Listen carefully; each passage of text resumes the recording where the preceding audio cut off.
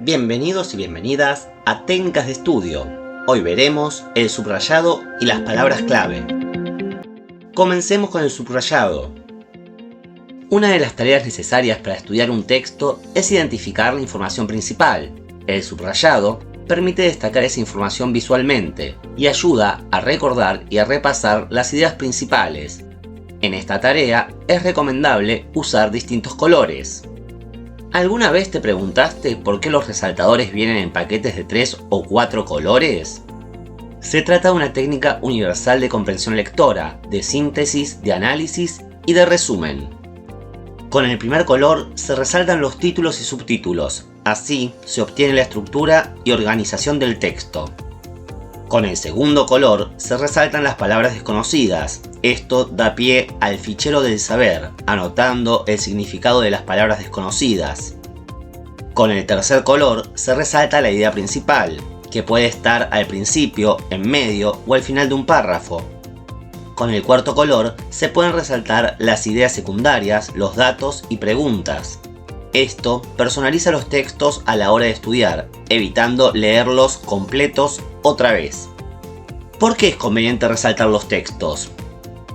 Ayuda a fijar la atención, favorece el estudio activo y el interés por captar lo esencial de cada párrafo.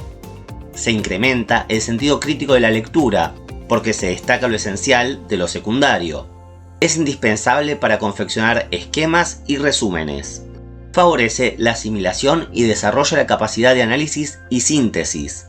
Otra técnica de estudio asociada al subrayado es la identificación de las palabras clave.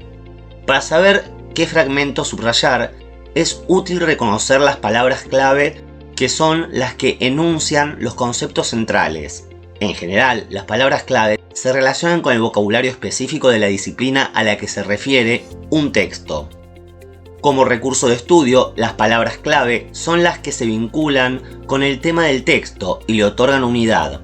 Ellas sintetizan el tema y los subtemas y van conformando un campo semántico, es decir, un conjunto de términos relacionados por su significado, por ejemplo, libros, biblioteca, lectura. Las palabras clave funcionan en conjunto, como una suerte de etiquetas que sintetizan los temas o subtemas abordados. Veamos un ejemplo con el siguiente texto. Una descarga cruzando el cielo. La carga eléctrica es una propiedad de las partículas subatómicas. Por lo tanto, afecta a todo aquello que tenga átomos, es decir, a todo. Ese todo incluye, desde luego, fenómenos atmosféricos, como las fascinantes y peligrosas tormentas eléctricas.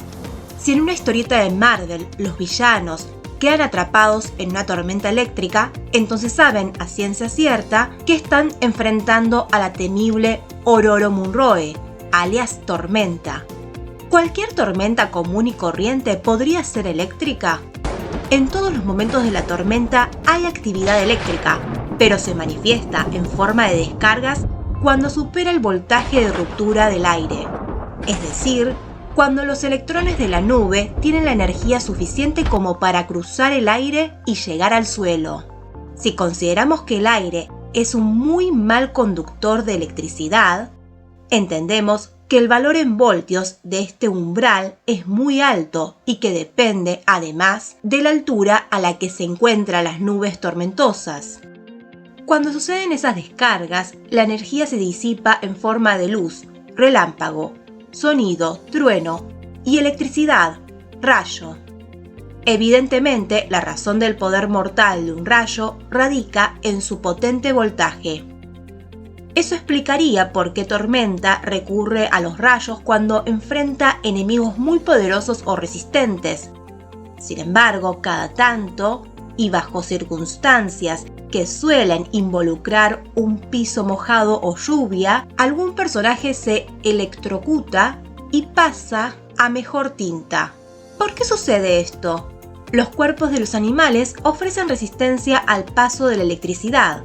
Cuando son atravesados por una alta cantidad de voltios, las pobres células colapsan instantáneamente, se queman, como los artefactos eléctricos cuando una casa sufre un pico de tensión. Lo sorprendente, considerando todo lo dicho, es que exista gente que ha sobrevivido a un rayo de verdad, no a los que pueden arrojar Thor o Tormenta.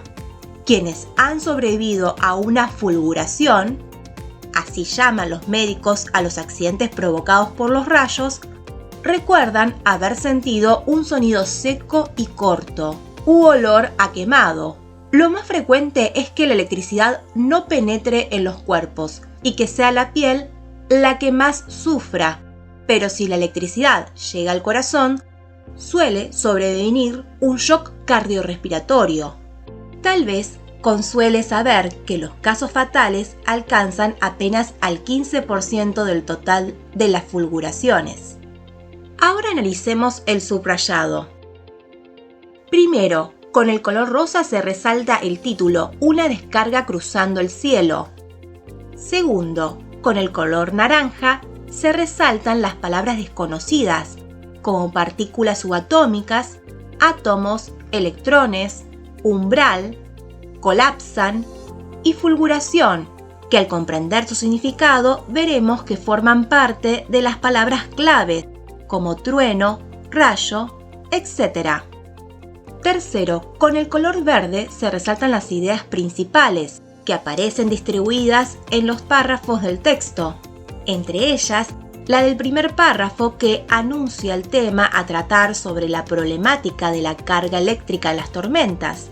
La carga eléctrica es una propiedad de las partículas subatómicas, por lo tanto afecta a todo aquello que tenga átomos, es decir, a todo. Ese todo incluye fenómenos atmosféricos, como las tormentas eléctricas. Cuarto, por último, con el celeste se resaltan las ideas secundarias, datos y preguntas, como ocurre en el comienzo del segundo párrafo, en donde se menciona al famoso personaje de Marvel, Tormenta, Ororo Munroe, que atrapa a los villanos con la fuerza de la tormenta eléctrica. Luego, a continuación, se enuncia la pregunta que dará pie a la próxima idea principal sobre las descargas eléctricas. ¿Cualquier tormenta común y corriente podría ser eléctrica?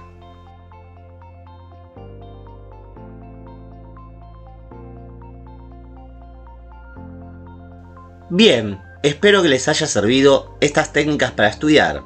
Nos vemos hasta la próxima clase.